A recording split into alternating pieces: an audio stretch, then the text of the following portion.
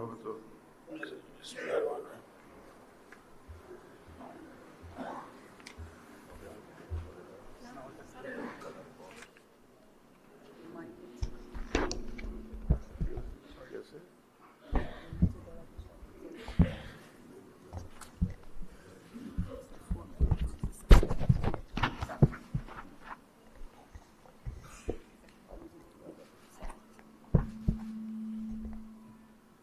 বিসমিল্লাহির রহমানির রহিম। ত্রয়োদশ জাতীয় সংসদের সাধারণ নির্বাচনে নির্বাচিত মাননীয় সদস্যবৃন্দ, আসসালামু আলাইকুম। আপনাদেরকে আন্তরিক অভিনন্দন। এখন আপনাদেরকে শপথ বাক্য পাঠ করানো হবে। আপনাদেরকে অনুগ্রহ করে দাঁড়িয়ে শপথ পাঠ করার জন্য অনুরোধ করছি। উল্লেখ্য যে আমি শব্দটি উচ্চারণের পর মাননীয় সংসদ সদস্যগণ ডট চিহ্নিত স্থানে নিজের নাম পাঠ করবেন। আমি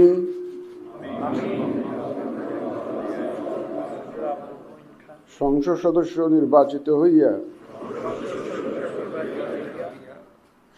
সশ্রদ্ধ চিত্তে শপথ বা দৃঢ়ভাবে ঘোষণা করিতেছি যে আমি যে কর্তব্যভার গ্রহণ করিতে যাইতেছি তাহা আইন অনুযায়ী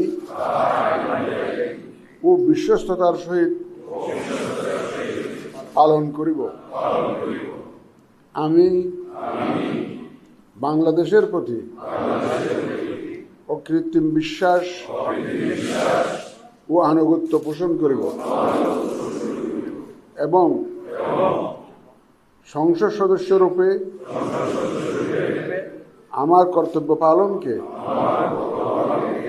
ব্যক্তিগত স্বার্থের দ্বারা প্রভাবিত হইতে দিব না। ধন্যবাদ আপনাদের সবাই।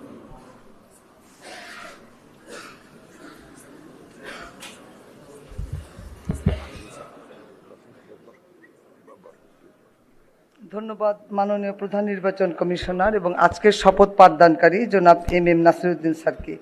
এই পর্যায়ে মাননীয় সংসদ সদস্যগণকে অনুরোধ করছি শপথপত্রে নির্ধারিত স্থানে নিজ নির্বাচনী এলাকা উল্লেখপূর্বক তারিখ সহ আপনারা স্বাক্ষর দান করবেন।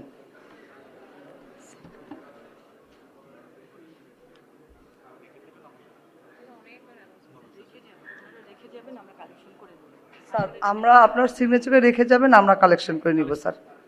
জি স্যার, জি স্যার, ফোল্ডারটা চেয়ারে রাখবেন স্যার, আমরা কালেকশন করে নিব। জি স্যার, জি স্যার। ফোল্ডার সম্বলিত শপথপত্র নিজ চেয়ারে রেখে যাবেন, আর কিছু বলার দরকার নেই স্যার। আপনারা স্বাক্ষরের পর ফোল্ডার সহ কাগজগুলো স্যার রেখে যাবেন স্যার।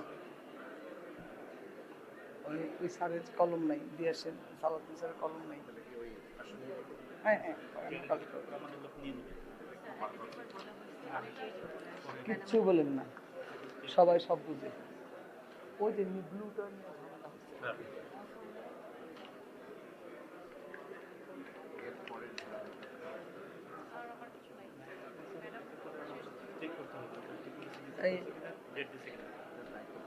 সবার পেন আছে কিনা, কলম তো দেওয়া হয়েছে।